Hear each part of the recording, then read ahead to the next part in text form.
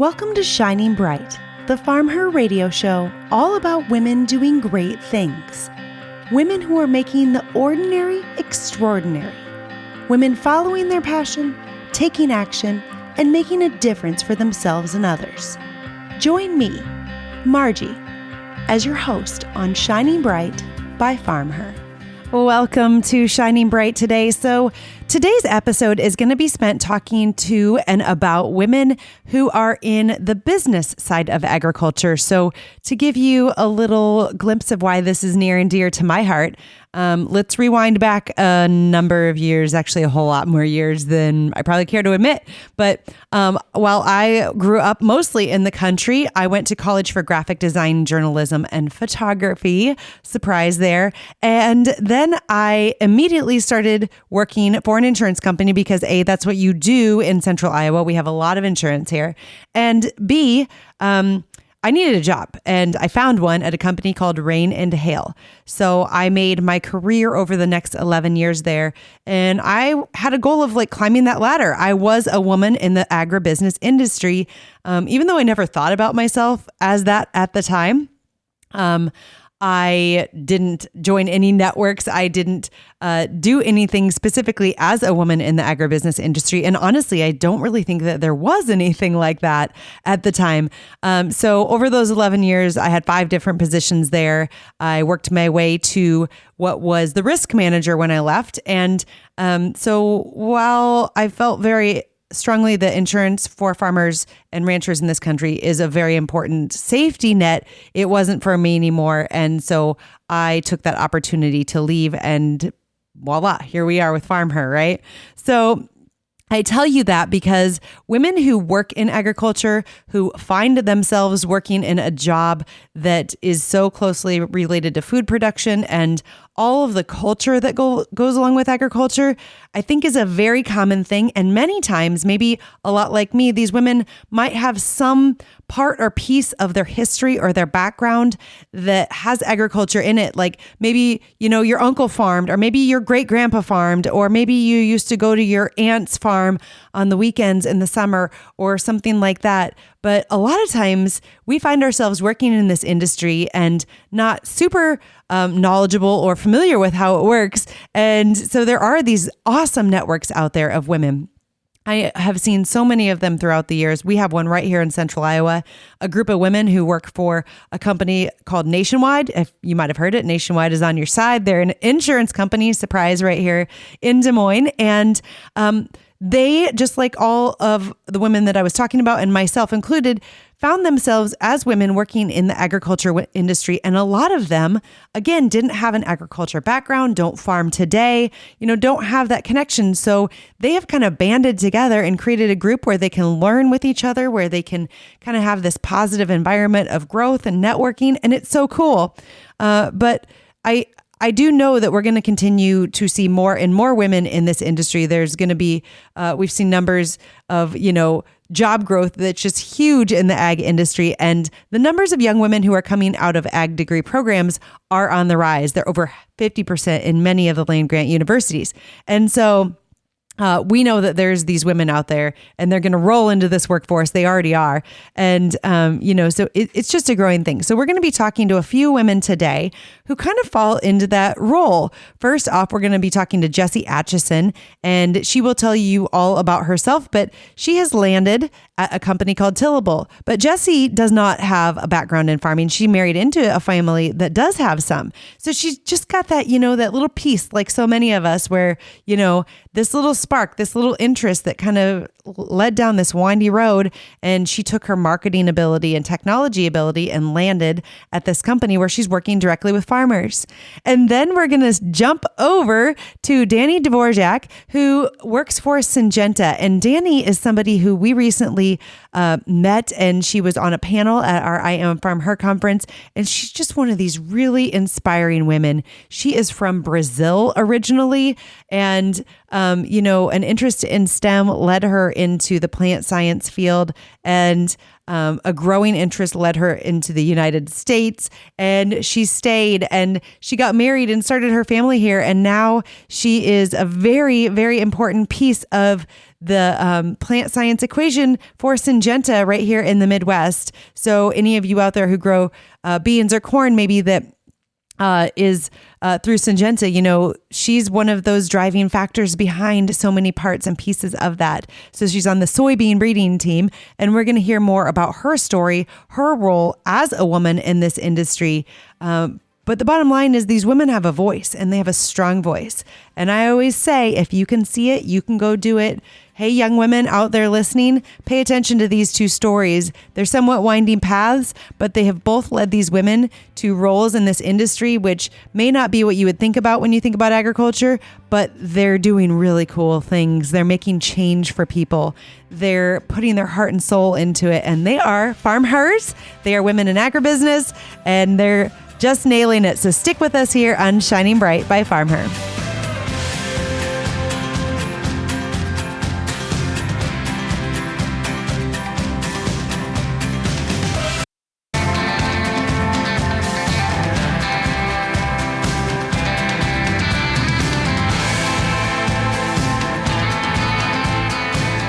Welcome back to Shining Bright. So we have an episode today full of women who are engaged in agriculture business in different ways. And here first up, we are going to be talking with Jessie Atchison from Tillable. Jessie, welcome to Shining Bright. Thank you. Thanks for having me. Yeah. So I would love to kick this off. Obviously, you work for an agriculture company. I would love to understand a little bit more about you and, what's your background? What brought you into agriculture? What brought you into working for Tillable? And, just tell us who Jessie is. Well, the thing that really brought me into agriculture is that I married a farm kid. So my husband and I started dating when we were in high school, and he grew up on a farm in Indiana. His parents have about 130 acres there, and they were actively farming when we started dating. So that's how I got my entry into agriculture and what it's all about. They don't currently farm anymore. They rent out their land, but that was my introduction. And from that moment forward, it was just a culture and a lifestyle that was really appealing and interesting, and it was great to get a range of what it's like to try to be a farmer in America, which is a very, very hard job. Yes. And I learned things like farmers have to be engineers and financial executives and employers and salespeople and marketers and risk managers and scientists, and they also have to grow food and raise animals. So it was a very eye-opening experience. But fast forward several years, and after college, I went to work for a company in the horticulture industry, which is sort of adjacent to agriculture. It's similar in a lot of ways. I did marketing there. Yeah.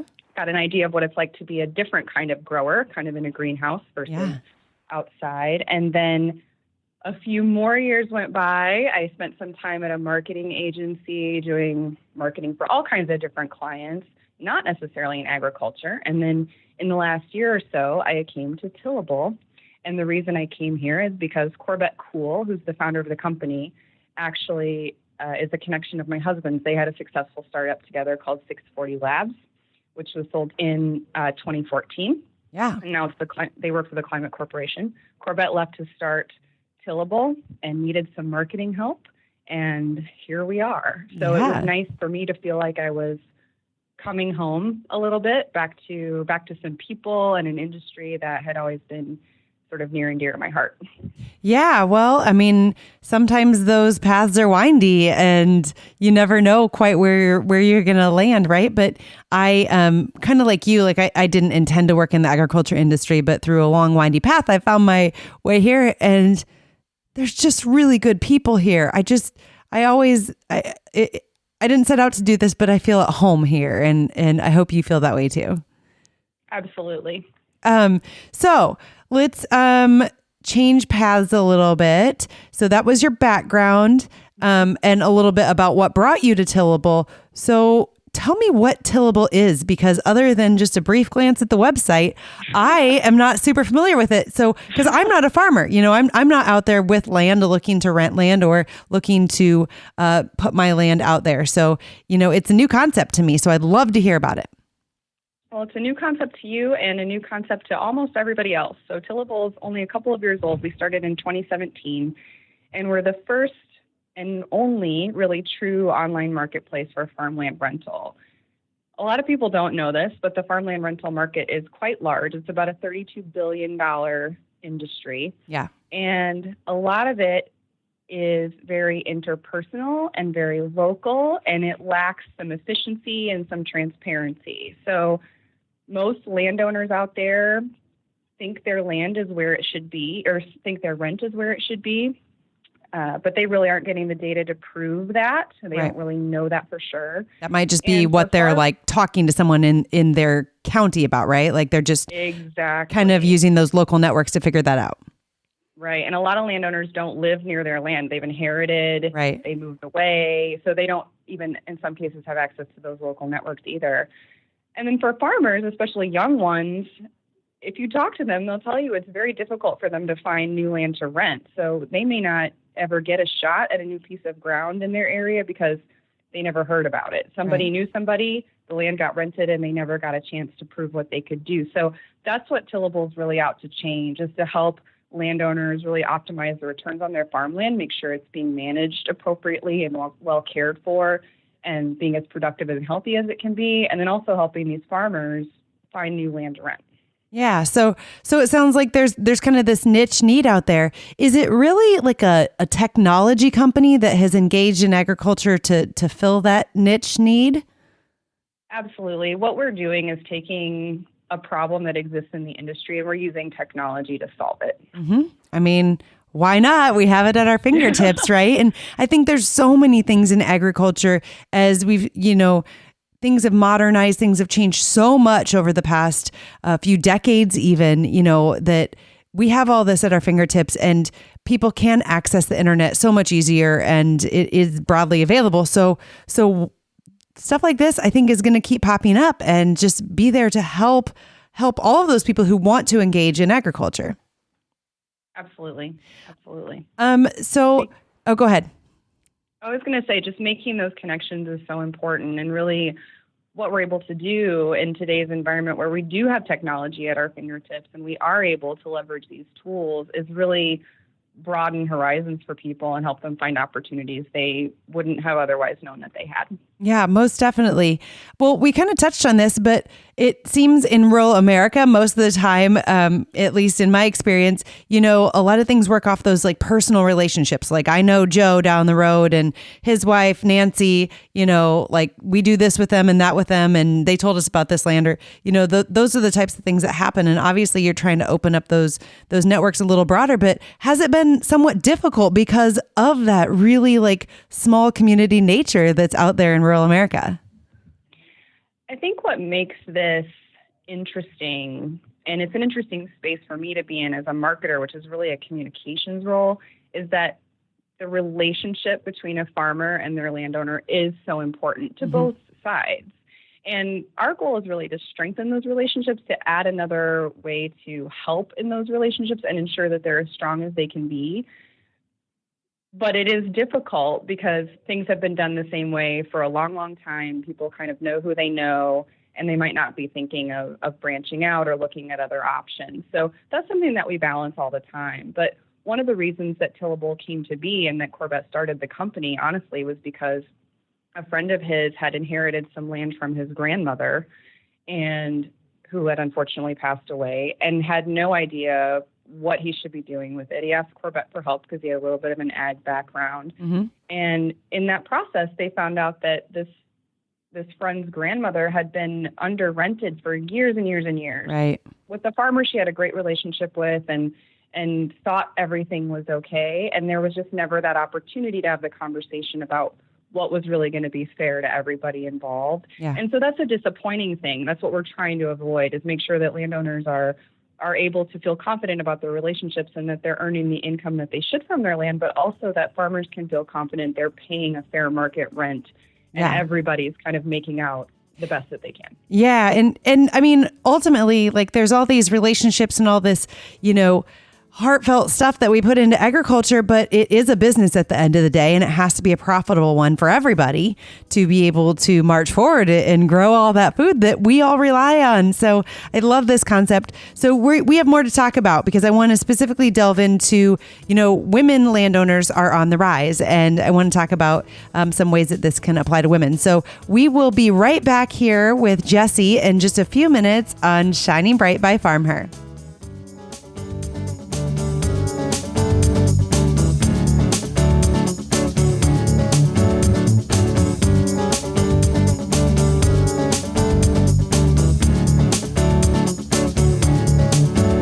Hey everybody, this is Margie Geiler-Alanis from Shining Bright by FarmHers. I want to tell you about a friend, a community member, a business owner that we really believe in. Our house was kind of a shell when we bought it, and we've been working on updating and changing and adding things on.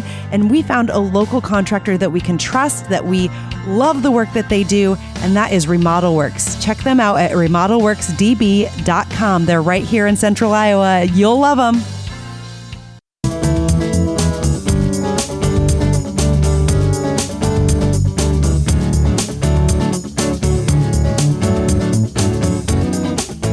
Welcome back to Shining Bright. We are talking with Jessie Atchison of Tillable. And if you did not join us in the first segment, they are a technology company that has entered into the agriculture space to help farmers and landowners connect, right?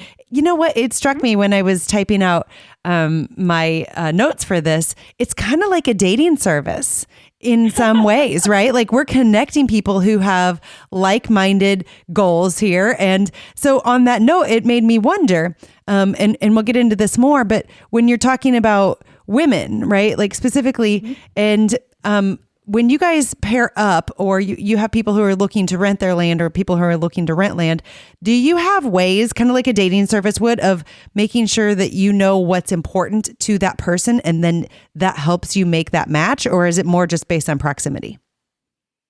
No, it's really much more about what's going to be the best fit for both the landowner and the farmer that's involved. So the way Tillable works, the short version, is that we lease land directly from landowners. We pay them up front for the term of that lease. It could be 1 year or 3 years. And then as part of that process, we're getting to know that landowner, what's important to them about their land. Is it important to have a farmer who operates organically? Is it important to have other criteria met, so that we know what they're looking for, because it's their land and we take our responsibility to take care of it very seriously. And then we go out and find the farmer. It could be their current farmer, or they might need a new one. And we're looking for a farmer who's really going to be the best fit for the goals that that landowner has, while also giving that farmer an opportunity to reach the goals that they have too, to expand their operations, add on to the land that they farm, maybe find another field nearby, whatever it might be. And what farmers do is create a profile on our website that outlines the things that are important to them. So we've talked to the landowner, we have an idea of what they're looking for. The farmer tells us in their profile, these are the types of operating principles that I use. This is what's important to me. This is the kind of equipment that I use. This is the kind of reporting that I do and the data that I collect, those types of things, so that we're able to use a lot of information to make sure we're putting the right farmer on the right field. Right. Which matters. I mean, especially when you talk about, it's a term that I don't love when I say absentee. I feel like I need to find a better word for it, but people who own land who are not right there, which is happening more and more and more. Remote. Yeah, there you go. Remote landowners. But, because absentee makes it sound like you did something wrong, I always feel like, which is not the case. But, on that note, like here in Iowa specifically where we are, the number of women who own land is on the rise. And I always tell the story of like my mother and her sisters. So there are three sisters and one brother in her family.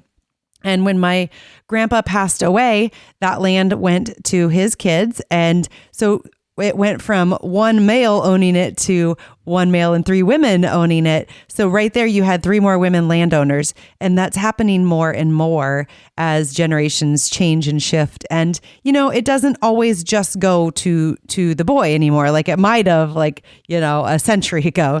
But And so you have more women in these roles. And I think, you guys have a unique service when maybe, my mom sitting here in an urban area, not really living in that area, not really knowing who to reach out to, or is she getting a good deal, or those things, it's really an interesting thing. And I think it probably speaks even more to women because they really do have that care of the land. Not that men don't, but they have a lot of things and they may not be sure how to make those connections. Absolutely. And I think that it's so true. We're seeing more and more female farmers, as you saw in the latest USDA Ag Census. Yes. At the same time, more and more female landowners. So the future really is female, and we have to work to help all of those people as they're, in some cases, entering territory that they're not familiar with. I mean, I've seen data that there are 500,000 non-operating female landowners out there. So women who own farmland that they're not operating on. And they have to know that that land is being well cared for, and that they're being fairly compensated, and that their land is earning the way that it should too. One of those stories that I love is we have a landowner that we're working with. She is a retired lady. She lives in Florida. Her land is in Illinois, which is where Tillable is headquartered. Mm-hmm. And she had inherited the land from her father when he passed away many, many years ago, and the land had been kind of on autopilot for 40 or more years. Wow. With this, and things hadn't really been paid attention to the way that they should have in terms of making sure the rent was in line, the relationship with the farmer was what it needed to be, things like that. She was in a situation where she really was not earning what she should have been earning for that farmland. It was a valuable piece of land in Illinois. Yeah. And we were able to come in and say, based on all the data available to us, this is really where we think you should be. And we're ready to take on that lease and pay you that money. And for her, it was a wonderful thing because we had to work really hard to demonstrate that we're here to take care of the land. We care about sustainability and all of those things because that was very important to her. The heritage of the land, that heirloom quality of the land was very important. But at the same time, she was in a situation where she really needed to be able to earn more money. And the fact that we could take away the burden of negotiating, which for better or for worse is something a lot of us women do not grow up being taught how to do very well, and be able to help with that was a huge component for her and gave her a lot of peace of mind. Yeah. I love that you hit on that, negotiating, like it gives me like chills just to think about that word. And I hate it, even though I just went through this class and we went through this negotiations clinic, and I even kind of shuddered thinking about how I was like, oh, I don't want to do that. Like that sounds terrible. And it was interesting how it shifted my mind a little bit in that negotiations are not a bad thing. It is just a back and forth discussion and going into it with the knowledge that you need, right? Like those negotiations, and having the right team on your side can make all the difference in that like shuddering feeling versus that, oh, okay, let's just talk about this feeling and let's get it going. So I agree. I think it can be scary for everyone, and specifically women, just, men are from Mars, women are from Venus, the whole like lean in, all the things that we all know about how different we all are. It makes sense. And so I love this concept. So am I hearing you say that, do you guys typically look at yourselves more as an advocate on the landowner side or the farmer side, or is it a mix of both? It's a mix of both. At the end of the day, this only works in a two-sided marketplace if both sides are feeling like they're getting value. So we have to make sure we're keeping that in mind. The fact of the matter is, though, that in this relationship of farmland rental, the landowner historically is at a disadvantage. They don't receive the data to tell them about what's happening on their land. If they have it, they might not even know what to do with it. The farmer really holds all the information. So by bringing that information into the light, by increasing that transparency, we're able to help everyone. The farmer gets to show what a great job they're doing, and the landowner has a much better idea of what's happening with this incredibly valuable asset that they have. So both sides are absolutely important to us, but we see more of a need on the landowner side just because they've been underrepresented in the past. Yeah. And they probably aren't boots on the ground many times. Mm-hmm. So yes. Well, I love this. This has been a wonderful conversation. So if people wanted to find Tillable and learn more, where do they go? It's very easy. It's tillable.com. That is super easy. You're right.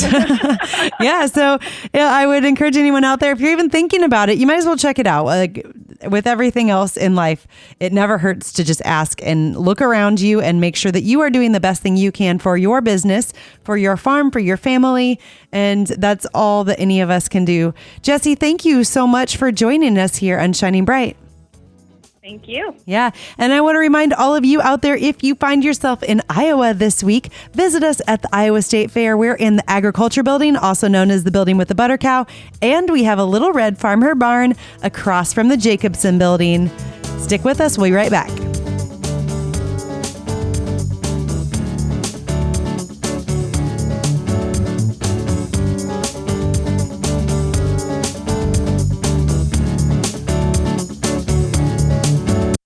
Hey, this is Katie Crow, owner of Uplift Fitness Studio.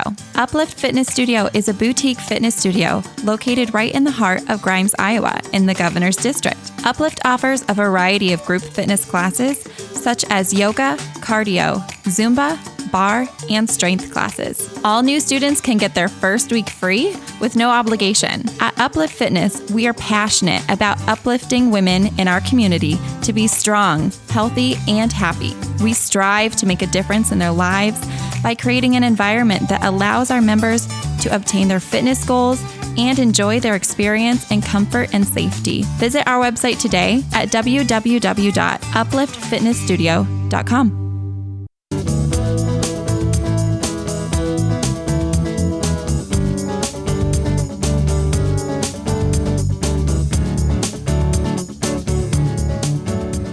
Welcome back to FarmHers.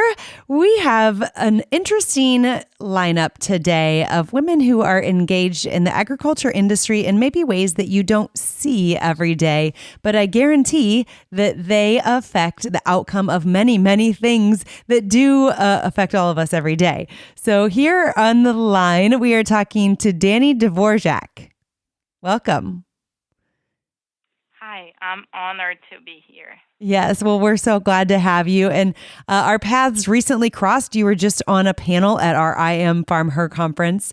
And I know that Carly Cummings on our team recently heard you speak at another event and was very impressed. So we're excited to have you on the show today. So let's take it back a ways and start out with you aren't from, you live and work in Iowa now, but you aren't from here. So can you tell me a little bit about where you're from and maybe your childhood and what brought you into the agriculture space?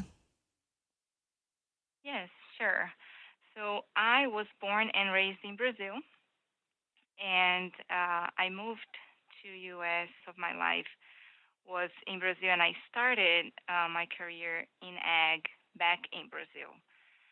My parents were not farmers, but my great-grandparents were immigrants from Spain that came to Brazil and ended up establishing a farm on the region where my family still lives nowadays. And I never really planned to get out of my country. It was never a goal. Mm-hmm.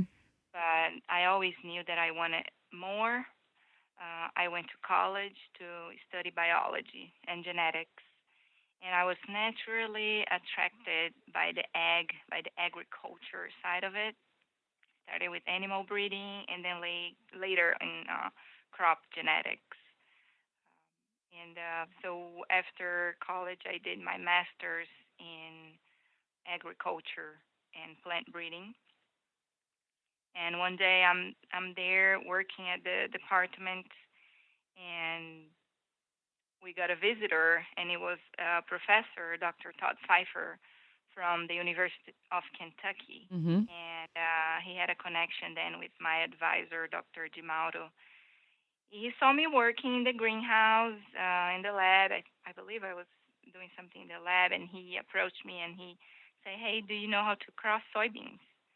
And I said, "Yes, I'm the best here." Good for you. He invited me, would like to come and work for me on this project at the University of Kentucky. And I immediately said, yes, absolutely. Then I went home to search Kentucky on a map. You backed your way in. Exactly. And I'm a very yes person. I want to say yes to every amazing opportunity, and I have a very optimistic way to look at these opportunities. So I moved to Kentucky project. It was a summer project on soybean friends. I learned from so many cultures. So I really had a beautiful time in Kentucky, Mm-hmm. and I think I and they also liked me. So after that project was over, they offered the part-time. Never left. I met my husband in Kentucky, and we got married. We moved to Germany, and we lived in Germany for a few years. I had my first child in Germany. Wow. We moved back to U.S., back to Iowa, where we have been 3 children now: John, Max, Katharina, and Benedict. Mm-hmm. And we live here in Des Moines, and we love it here. That's a little bit of my background. There is probably a lot more, Yeah. a lot more there. And so what is your position at Syngenta today? Today, I'm a plant breeder. I'm a soybean breeder working for Syngenta Seeds based here in Slater, Iowa. Or maybe I should say I'm a breeder. Yes, there you go. In the theme of all things her. Well, I do something that you mentioned, off the air, was that time in your life when you were going through grad school and stayed on for your PhD in Kentucky. It was a hard period for you, proving your worth, conquering your space, and showing your voice in another language and in a completely different culture, and as a woman in a very male, focused area. So tell me a little bit about how you navigated that. I have never left Brazil before, and I've never been so far away from my family. In addition to that, not only moving to another country, but criticizing me, telling me it's impossible to succeed in this career path. Mm-hmm. Why you're a girl, you're so sweet. Why are you going to ag? Why this is for guys. This is not for girls. And really challenging. Impossible is just an opinion. Mm-hmm. I took all this advice. I took all these questions, and I went to search for answers. I went to knock on doors and ask the right people their opinions, their advice. But on this period alone, I had the direct people that I was living on me. Mm-hmm. So it had to start from inside. I had to believe my worth first. I had to know that I could do it. Yeah. And come from within and get that strength.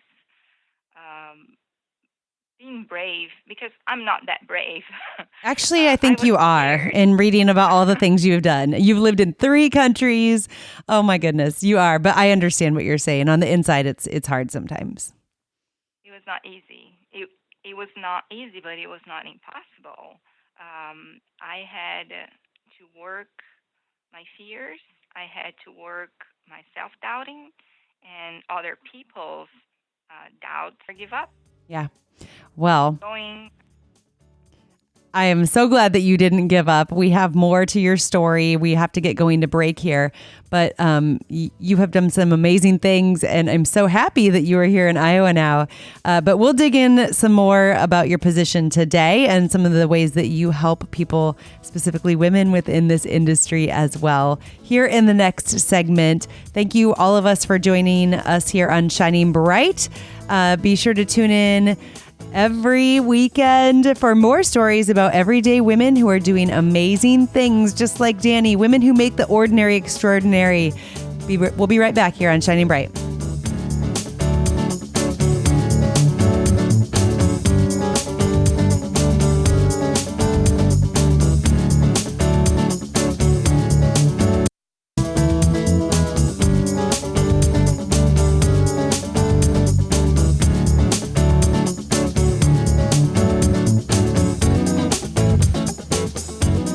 Welcome back to Shining Bright. We are talking still with Dani, who really has. You said earlier, Dani, that you aren't the bravest person, and I think we all can feel that at times. But when I listen to your story, all I think about is how brave you must be. You have lived in 3 countries, and just navigating different cultures, navigating different workspaces, all of those things, navigating being a parent in a different society than you grew up in too, is in different culture is it's a lot. And so you very much are an extraordinary woman in my mind. So today you said you're a plant breeder at Syngenta. Can you tell us a little bit more about what your role entails and what you do there? Yes, absolutely. I'm a soybean breeder for Syngenta, and I lead a breeding program in the Midwest. So basically, all of Iowa, Minnesota, South Dakota, Nebraska, Illinois. It's one of the largest programs in U.S. for Syngenta. Mm-hmm. And as a breeder, I want to connect with the grower and understand the needs of that grower, of the farmers, and the market demands. So I use this information, this connection with the grower to design better soybean varieties. Soybean varieties. And on the region, it's very specific that these needs might be. There are many cool things we do, and we use a lot of technology and big data analytics. Consider this huge breeding program that has literally thousands of decision points for millions of possible varieties we could release. Using all this data, this computer power, to make best decisions and to deliver what the farmer wants and needs, it's really a highlight of how much I enjoy what I do. And I am on a group that's mainly men, Mm-hmm. and as women, sometimes we need to prove ourselves more than men. Unfortunately, Yep. there is still an unconscious bias, and I do have to bring every day never less than 110%, and bringing my organizational skills. I'm very creative. I like pushing for change and new things. So there are many points that I enjoy from what I do today. Yeah. So, as you mentioned, there's not a lot of women in the area that you work, but I know across the Syngenta organization, there are many women. I've met so many over the last few years. And I know that there's programs that you guys all get involved in. Can you talk a little bit about your involvement in helping other women in the workplace? Yes, the relationships I built were the major reasons why I was able to succeed. Mm-hmm. I really believe that the people connection. I co-lead women's network in Syngenta in Iowa. So this team, we are several ladies from different fields, different areas of research and different work here in Syngenta, and we just support each other. We just come together and we talk about the major challenges and how do you handle this. And when you have someone that's been through that, it makes it easy. Well, if she can do it, I can do it as well. And we support each other, we sponsor each other, we mentor each other. It's really a good support, and we have so many fascinating women within Syngenta. I'm also involved with other activities. For example, we have a project that's really cool with the American Agri Women, Mm-hmm. and it's the Women Heroes of Agriculture, where we work towards helping inspiring girls to follow STEM careers. So we go to the high school level and we want to tell them our story. We want them to relate and see that it's not impossible, right? So that's really cool Yeah. as well, and really neat. I love that. And I think it's important because it's not what young women always see. I mean, there's definitely more of a push of it now than I think back when I was in high school. Like, I don't even know that STEM was a word that anybody talked about that I ever heard, but it is important. And, seeing is believing, and you putting your story out there, I'm sure makes a big difference for these young women. I know you also participate with the World Food Prize and the Youth Institute. Can you tell me a little bit about that? Yes, I love that project. So the World Food Prize has the Iowa Youth Institute. It's actually a national program that becomes global, but I'm involved with the Iowa piece where any high student from Iowa could apply. And by applying, I mean they submit a paper talking about food problems in the world. Mm-hmm. Usually we talk about um, countries that are in development and they have food problems or any sort of climate problems. So they try to solve this, and I work with them as a mentor, as um, giving advice, giving that inspiring boost that they might need to keep keep keep that energy and be on track for um, following these careers. Also, agriculture related Mm-hmm. careers, STEM careers. But these high students, they have so much energy. They are so creative, and I really enjoy being there and being a little piece of you know their success. And ultimately, they get a scholarship, Yeah. and they can go to Iowa State University. They can go to any international research center for a summer internship. So it's a really cool program as well. You have built a wonderful career for yourself, and you do so much for others. So thank you. Thank you for being on the program today. Thank you very much. I appreciate it. Yes. So everybody stick with us here. We've got more to come with Shining Bright. We're going to be talking to another woman in the professional agriculture world. Some of those things, like I said, out there that are out there and they affect us all every day, but we don't always see it. And I hope you found as much inspiration from this last conversation that we had as I did. Don't forget to join us at farmher.com to hear the stories, see the pictures, and join in our journey.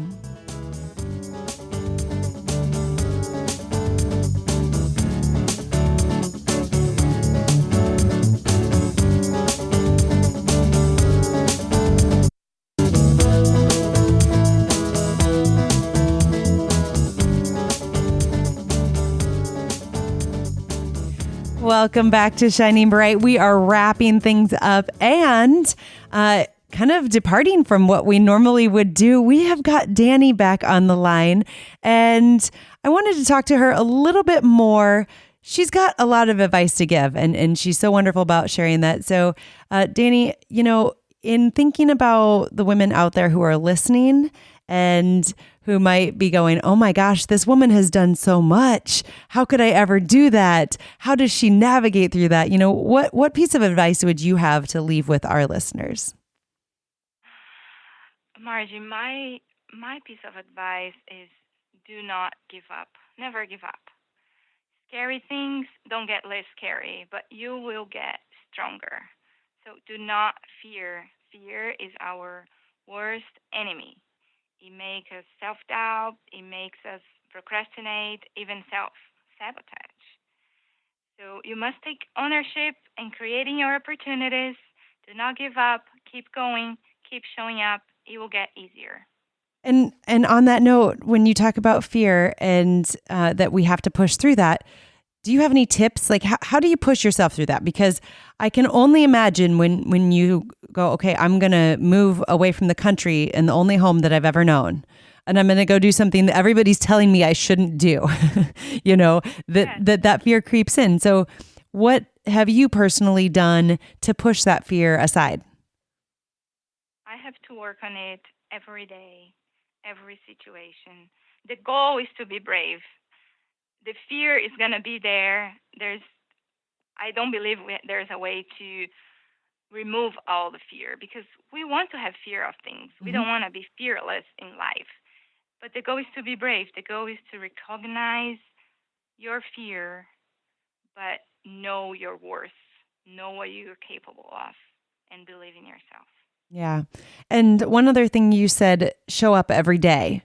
What would you say that attitude has given to you and your career in maybe navigating something that is less common for women and, obviously here in a different culture? I think for one of the greatest features and qualities that a person could have is the resilience. Is showing up every day, even when it stops being fun, even when it's hard, even when you don't want to do this, but keep showing up. It will get easier. You get better at it, and at one point, it's not going to be as scary anymore. So never give up. Never give up. Keep saying yes, and it could become big opportunities for you in the future. And on that note, you said earlier that you make it a habit to say yes a lot. And it sounds like you have a lot of things going on. You have small children. And I think this is important always for us to talk about, especially when you're talking about mentoring young women. You can juggle this all, right? Like it may not look pretty all the time, but you can have the career that you have, and you can have a family, and you can volunteer and be a part of organizations like you're a part of. Can I hear your take on that, please? Saying yes will make your life so much more interesting, and more opportunities will present as a result of this yes. So you can't say yes. You can't do everything you want. Don't stop yourself before even started just because you think you cannot do it all. I tend to see all the good things at first. I'm very optimistic, but it's scary at first. But ultimately, it's a good thing. It is a good thing. Saying yes leads to really, really amazing things. Sometimes I always attribute many things with FarmHers to not saying no, right? And on the converse side, maybe that tells you something about my personality, and saying yes, right? Because you never know. You never know what's around that corner. You never know who you're going to meet. You never know what path your journey is going to go on. So thank you. Thank you for sharing your insight, your input. This has been a wonderful episode. And again, I know that there's people out there listening that are going to find some great comfort in what you have to say. So thank you again for joining us here on Shining Bright. Yes. And so everybody listening, don't forget to join our FarmHers journey. First off, you can watch the TV show Fridays and Sundays at 9:30 p.m. Eastern on RFD TV, and visit farmhers.com to read more of those stories on the blog, see the pictures from the episodes, and of course, check out the merchandise while you're there. And while you're there, be sure to sign up for our mailing list to stay in the know. Thanks for joining us here on Shining Bright. You've been listening to Shining Bright by FarmHers. Be sure to listen Saturdays at noon and Sundays at 1 p.m. Eastern on Sirius XM's Rural Radio 147 and the Sirius XM app. And now, go shine bright.